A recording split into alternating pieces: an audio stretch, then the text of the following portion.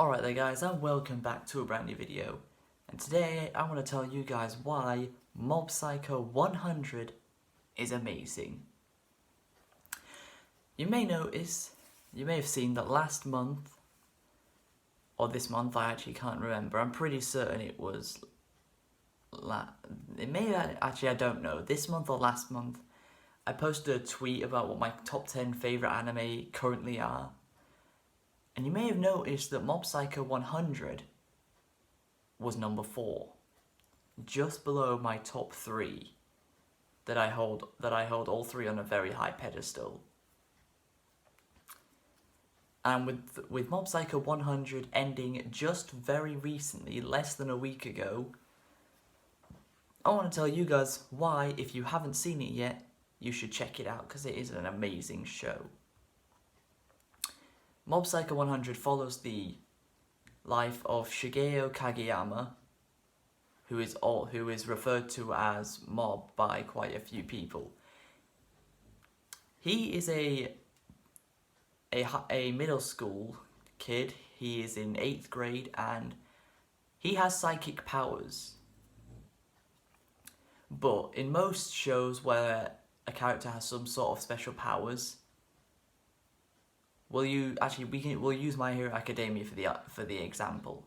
Everyone in that show has some sort of special power with their quirk, and they want to make their quirk stronger. However, Shigeo is actually the very opposite.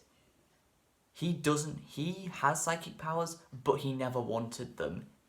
They were just given to him when he was born. He never wanted them in the first place.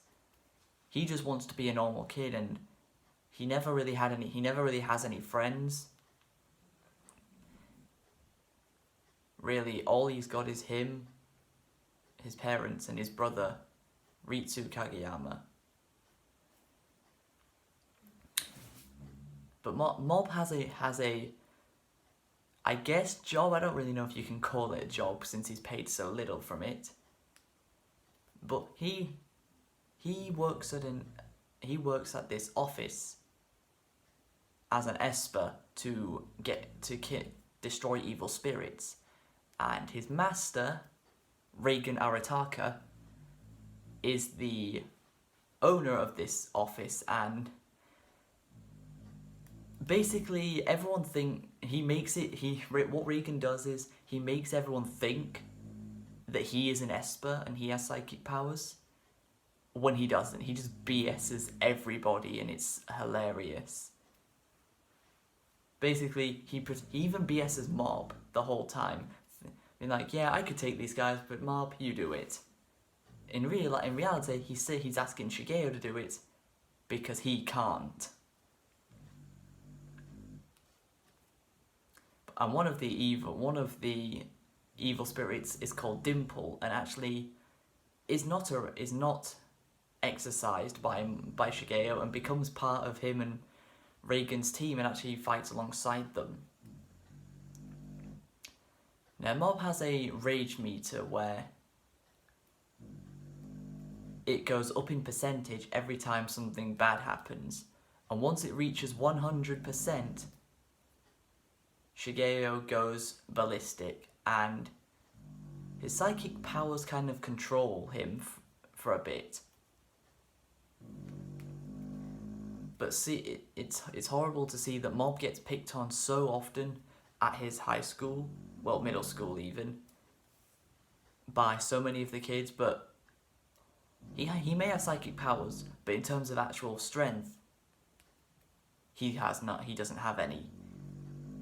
But he really wants to impress a girl he likes that actually used to be very interested in him back when they were much younger, called Tsubomi.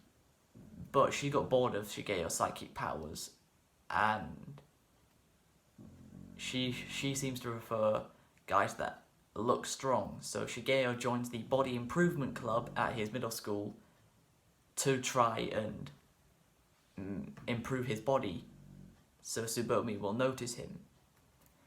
He even trains for a marathon that ends up concussing him.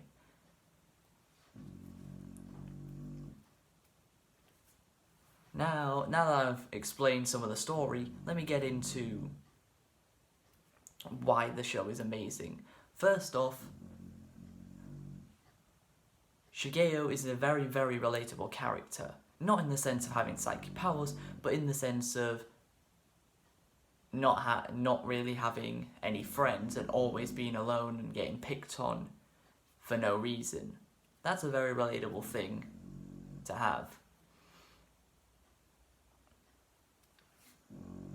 But when Mob is using his psychic powers, he's one badass.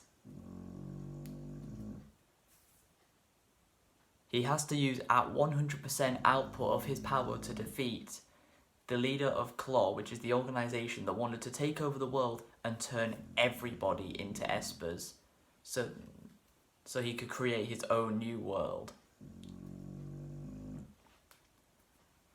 Yeah, Shigeo has a pretty tough time fighting him, and actually saves him. Like, Shigeo doesn't have the willpower to kill someone, even if they've killed innocent people, destroyed buildings. Shigeo just can't help it. He doesn't want to kill people.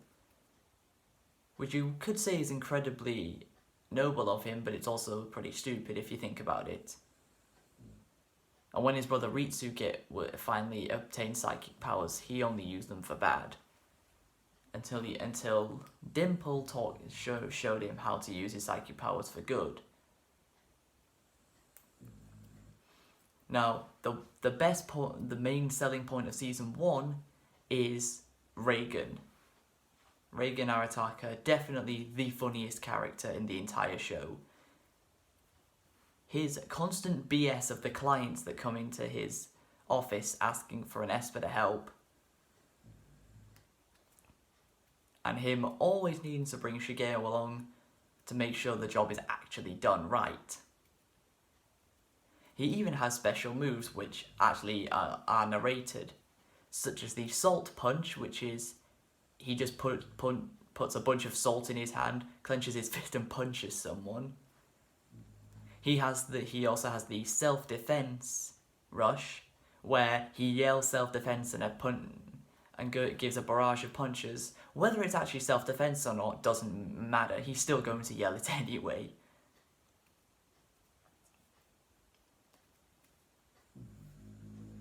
And when people finally figure out that on TV that Reigen is actually not an Esper, it's pretty funny to see that he feels like he's lost everything. And that specific episode, when Reigen gets found out to not be an Esper, and he's getting slandered online and on social media by almost everybody, it's a really depressing episode, actually. And it's one of the best, because it gives Reigen a huge amount of character development that he never had. This happened in season 2, by the way. Reigen never really had that much character development in season 1, but this specific episode in season 2 gives him so much character development, and it makes him realise that he needs Shigeo, and Shigeo needs him.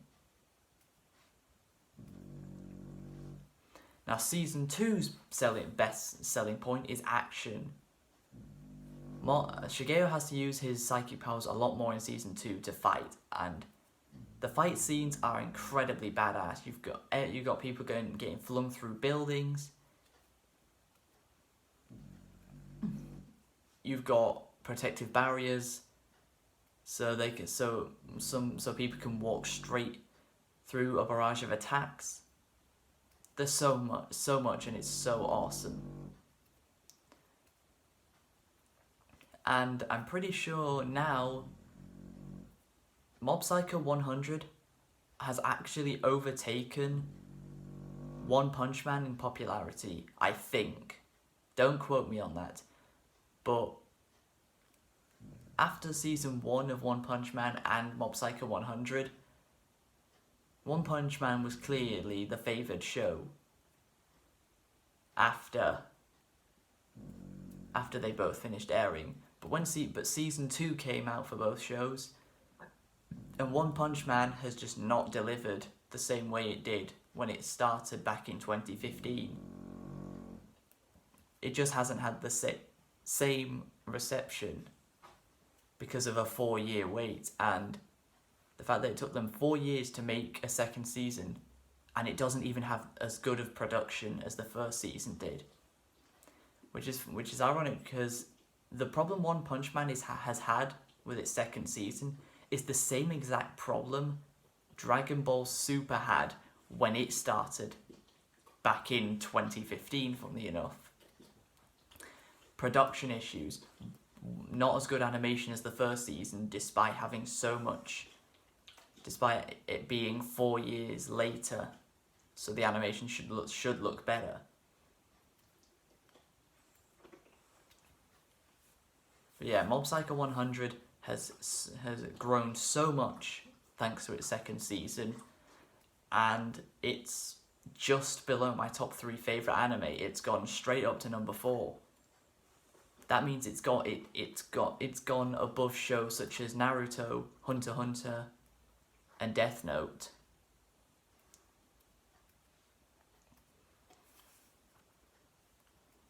You guys really should check it out.